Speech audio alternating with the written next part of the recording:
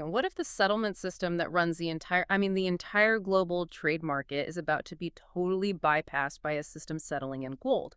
That's the huge strategic question we're diving into today. We're looking at a stack of research all focused on this massive and very quiet shift in global finance, and we're mostly pulling from the really detailed insights in a recent analysis by Andy Schectman.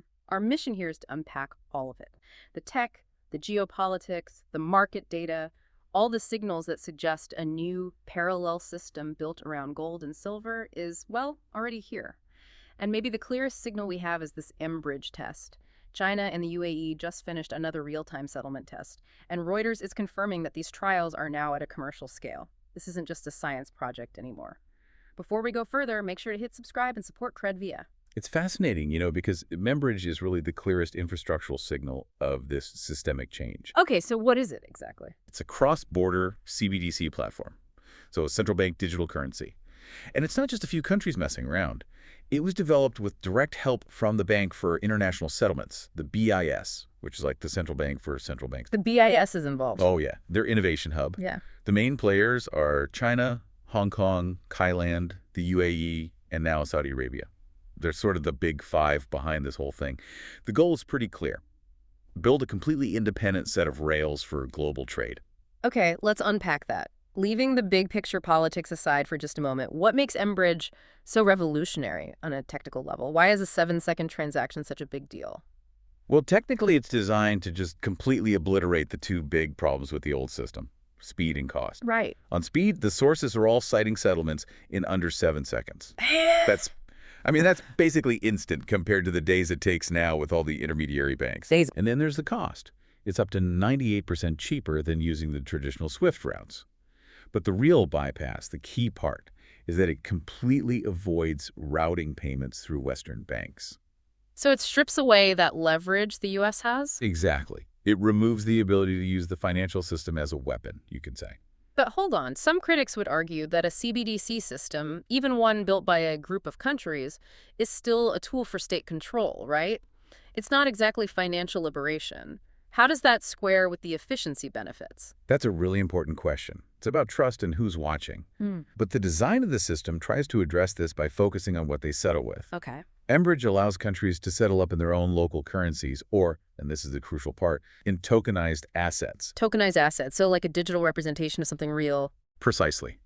A tokenized asset is just a digital wrapper that proves you on a real-world physical thing, like a bar of gold sitting in a specific approved vault. It lets you transfer ownership instantly without ever having to move the metal or, convert the sale back into dollars first. And that's the connection. That's what links this new digital railway directly to physical metal.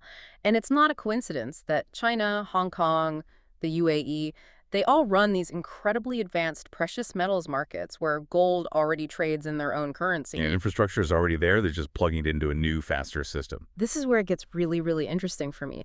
It moves beyond just making trade more efficient and into strategic asset accumulation. The ultimate plan that Schectman's analysis cites involves converting trade surpluses directly into gold. How does Mbridge actually make that physical shift happen? It just creates this seamless, almost frictionless way for countries to do it. Let's walk through the example they use in the source material. So the UAE sells oil to China. They get paid in digital yuan, what they call ECNY, over the Mbridge system. It settles instantly. Right. Now, instead of taking that digital yuan and buying U.S. treasuries or swapping it for dollars, the UAE can use that balance to buy physical gold directly from a vault that's plugged into the Mbridge system. They get digital ownership right away. And they can take the physical metal whenever they want. Whenever they choose. And that's why the physical part of this is so important to watch. The Shanghai Metals Exchange is building out its vaulting system all over the world. The first big new one was in Hong Kong. The second is planned for Saudi Arabia. So they're literally building the physical vaults in the same places where the digital settlements are happening? They are. The infrastructure proves the intent. And the BIS itself has confirmed that Mbridge is designed, explicitly designed, to allow settlement with tokenized assets, including vaulted gold. This isn't a theory, it's a financial declaration of independence. Now, think about this for a second. We keep hearing that global gold demand is near all-time highs, right? But then you look at the recent import data, and it seems to tell a totally different story. A 64% drop in imports through Hong Kong. Swiss customs data shows a staggering 93% plunge in exports to China. This part is easy to miss, but it seems to contradict everything we've just said. What's the real story? This is such a classic case of retail data making things confusing. The plunge in Swiss exports. That's actually pretty typical when gold prices run up this high. It cools off the small buyers. Exactly. It cools off retail buying. Yeah. The average person waits for a price dip. But institutions, central banks, they're playing a much longer game. Okay, so what about the Hong Kong numbers? That seems like a huge drop. It is, but it's misleading. Hong Kong used to be the main proxy for all Chinese imports, but that's just not true anymore. What's really happening, and the Reuters reports have backed this up, is that China is getting its gold from two other places now. First, they've massively ramped up their own domestic supply. Mining, recycling, you name it. And second, they're using direct import channels right into Shanghai and Beijing. And those numbers are not included in the Hong Kong data at all. So the demand hasn't vanished, it's just being met through channels that aren't as public. Precisely. And the absolute proof of the real institutional demand is what the central bank is doing. China's central bank just increased its gold reserves for the 12th month in a row. They added another 3 metric tons in October. They're buying quietly, steadily, no matter what the daily price is. And that kind of consistent buying from a central bank, plus shifting all the import channels, that has to be putting immense pressure on the global supply. It reinforces that whole idea of a tight physical market. It does. And you can see in the Western vaults, too. The LBMA inventories are just sliding. The supply available to the Western system is definitely tightening. Which connects back to something in the analysis about the December gold contract, right? Exactly. When you see big players willing to pay a huge premium for immediate physical delivery, which is what that backwardation structure signals, it's the strongest sign you can get that there's a real structural shortage of available metal. And that's likely because of the exact kind of quiet state-level buying we're talking about. If this perspective feels useful, take a second to subscribe to Cryptographic. It genuinely pushes me to keep bringing more researched stories. So if we connect all this, the new infrastructure, the new vaults, the quiet central bank buying, and then you look over at the West and you see all these big banks suddenly raising their price targets. Is that just noise for the headlines, or is it a real signal? You have to watch what the institutions do, not just what they say for public consumption. And the signals here are pretty hard to ignore. Like Bank of America. Bank of America, for one. Yeah. They raised their upside target for gold to $5,000 an ounce. Now, that's under certain macro scenarios, but you have to look at what those scenarios are. Which is what? Sustained high inflation and accelerated geopolitical fragmentation. Sounds familiar, right? A little bit. And it's not just them. UBS upped its mid-year target to 4,500. But even more important, I think, are the comments from guys who speak directly to the biggest traders. Jeffrey Gundlach, they call him the Bond King.